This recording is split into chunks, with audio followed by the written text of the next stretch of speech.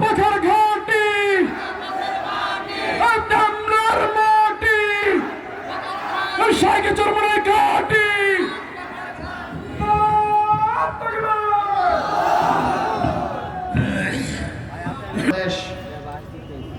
ডেমরা শাখা কর্তৃক আয়োজিত আজকে গণসমাবেশের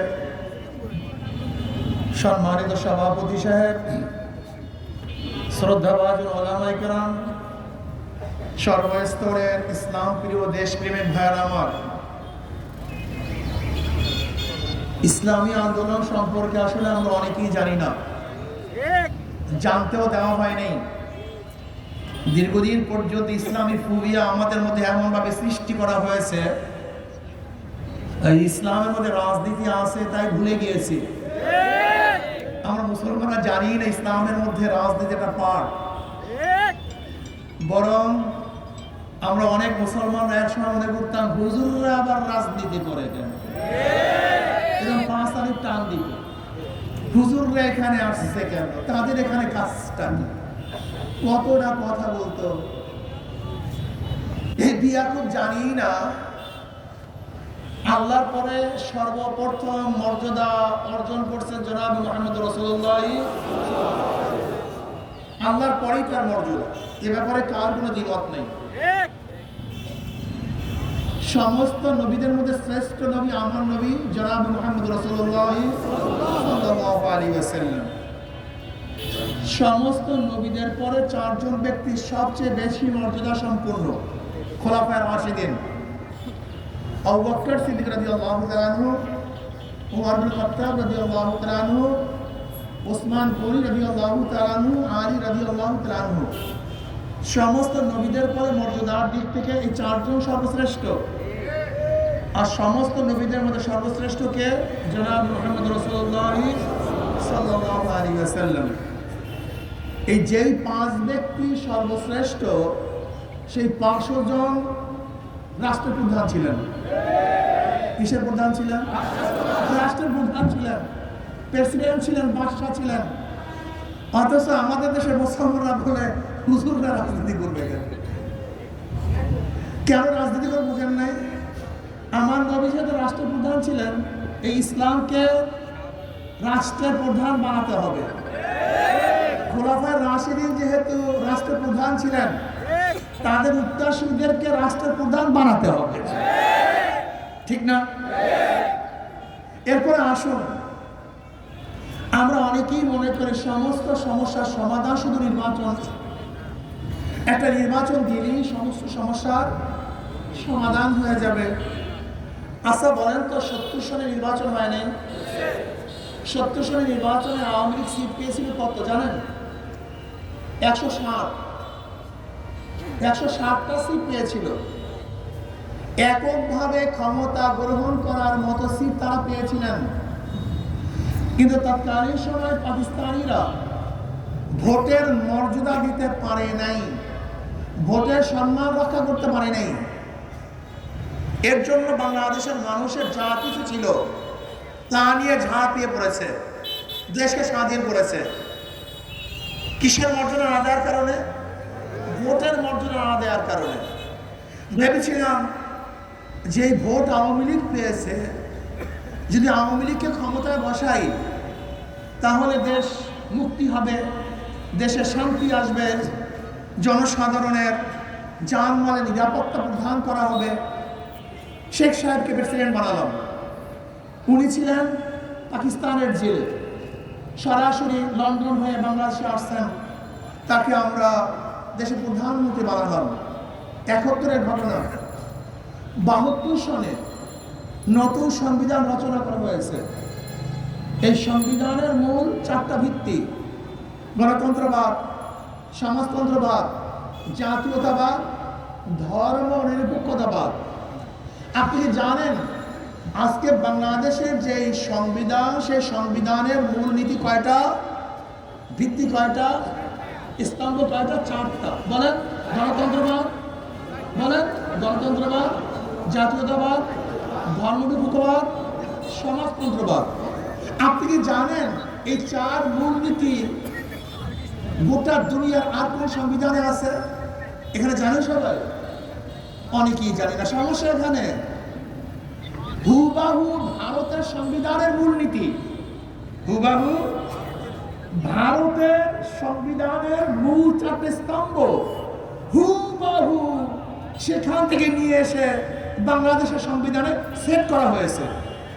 তার এই 72 সংবিধান কি বাংলাদেশের সংবিধান না ভারতের সংবিধান? ভারতের সংবিধান না বাংলাদেশের সংবিধান না। আপনাকে অবশ্যই বুঝতে হবে ভারতের সংবিধানের মূল স্তম্ভ 4টি: ধর্মনিরপেক্ষবাদ, জাতীয়তাবাদ, সমাজতন্ত্রবাদ, ধর্ম নিরপেক্ষতাবাদ। হুবহু ভারতের সংবিধান আমাদের সংবিধান এক হয়ে গেছে। এখন যদি কেউ ভারতের সংবিধানকে রক্ষা করার জন্য আন্দোলন করে, সংগ্রাম করে, বক্তব্য দেয়, আমরা তাদেরকে বাংলাদেশের প্রেমিক বলতে পারি না, বরং ভারতের দালাল বলতে পারি। ভারতের দালাল, ওরা বাংলাদেশের প্রেমিক না। আপনি কি জানেন 1905 সালে রবি ঠাকুর যে কবিতা লিখেছিলেন, কথা শোনেন, 1905 সনের রবি ঠাকুরের কবিতা আমার সোনার বাংলা আমি তোমার ভালোবাসি। এই কবিতা রবি ঠাকুরের অবিভক্ত বাংলাদেশের, অবিভক্ত বাংলার সময় এই কবিতা লিখেছিলেন। অথচ 1905 সনের ভারতের লেখা কবিতা আমাদের দেশের জাতীয় সঙ্গীত হয়ে গেছে। এখন যদি কেউ সেই ভারতের কবিতার বিরোধিতা করে, তাহলে বলা হয় যে দেশদ্রোহী, এরা বাংলাদেশ চায় না।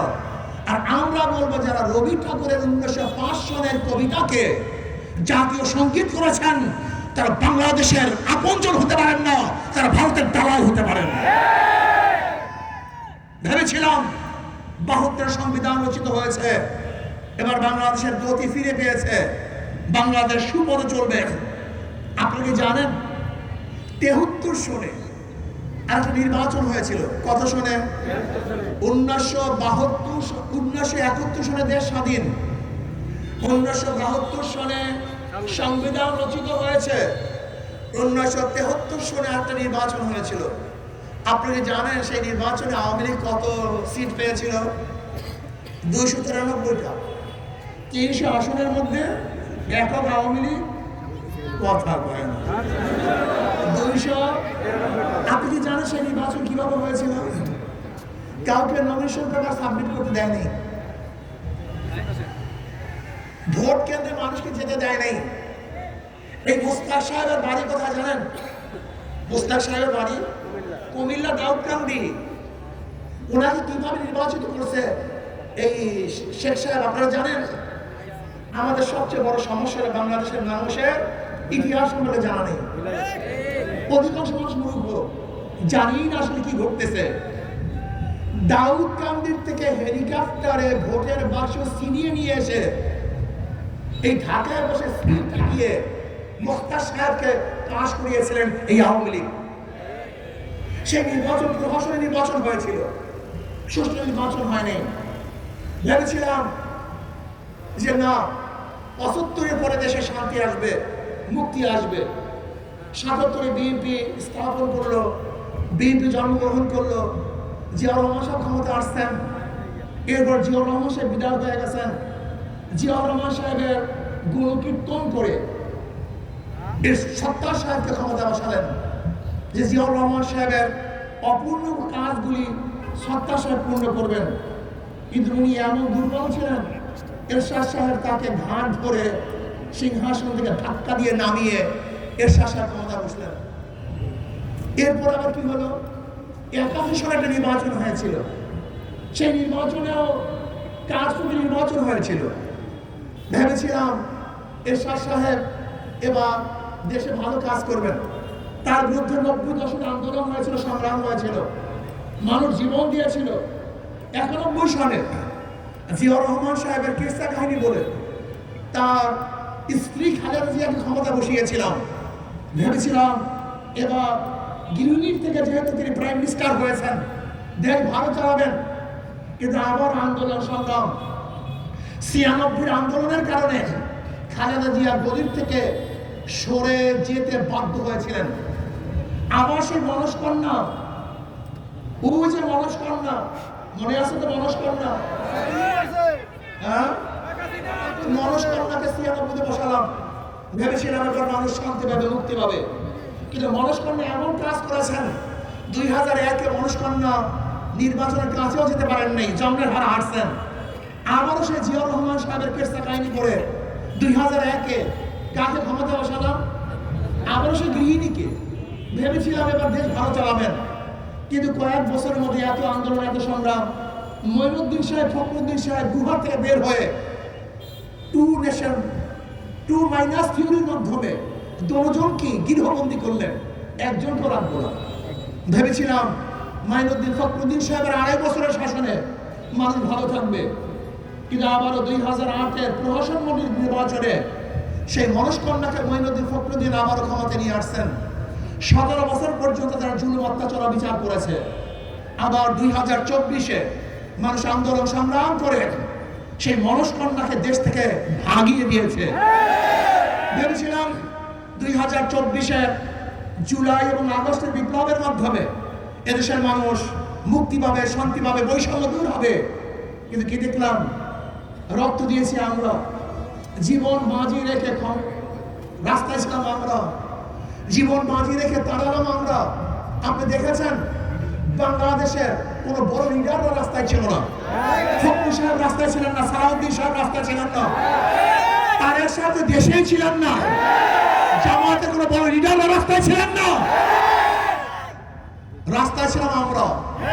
জীবন বাজি রেখে বুলেটের সামনে, কামানের সামনে ছিলাম আমরা। জীবনের মায়া ত্যাগ করে রাস্তায় নেমে ভেবেছিলাম এইবার মানুষ মুক্তি পাবে, শান্তি পাবে, কিন্তু কি দেখলাম? রাস্তায় ছিলাম আমরা, আর এখন রাস্তায় গুন্ডামি করে, মাস্তানি করে, চাঁদাবাজি করে অন্যের হয়। এই চাঁদাবাজির জন্য আন্দোলন করি নাই, গুন্ডামি করার জন্য আন্দোলন করি নাই, কাউকে দখল করার জন্য আন্দোলন করি নাই, স্বামীকে বেঁধে রেখে তজমুক কিনে স্ত্রীকে ধর্ষণ করার জন্য আন্দোলন করি নাই। বগুড়া এক মেয়েকে প্রস্তাব দিয়েছে, বাবাই রাজি হয় নাই। এই প্রস্তাবে রাজি না হওয়ার কারণে বাবার সামনে সেই বাবাকে সেই মেয়ের সামনে হত্যা করার জন্য আন্দোলন করি নাই। চাঁদা চেয়েছে যুবকের কাছে, চাঁদা না দেওয়ার কারণে মা সামনে থেকে যুবককে এনে হত্যা করেছে, এর জন্য আন্দোলন করি নাই। আজকে সাংবাদিকরা বস্তুনিষ্ঠ সংবাদ পরিবেশন করার কারণে ইট দিয়ে তাদের মাথাকে থেতলিয়ে দেওয়া হবে, এর জন্য আন্দোলন করি নাই। পাথর মারে মানুষকে হত্যা করবে, এর জন্য আন্দোলন করি নাই।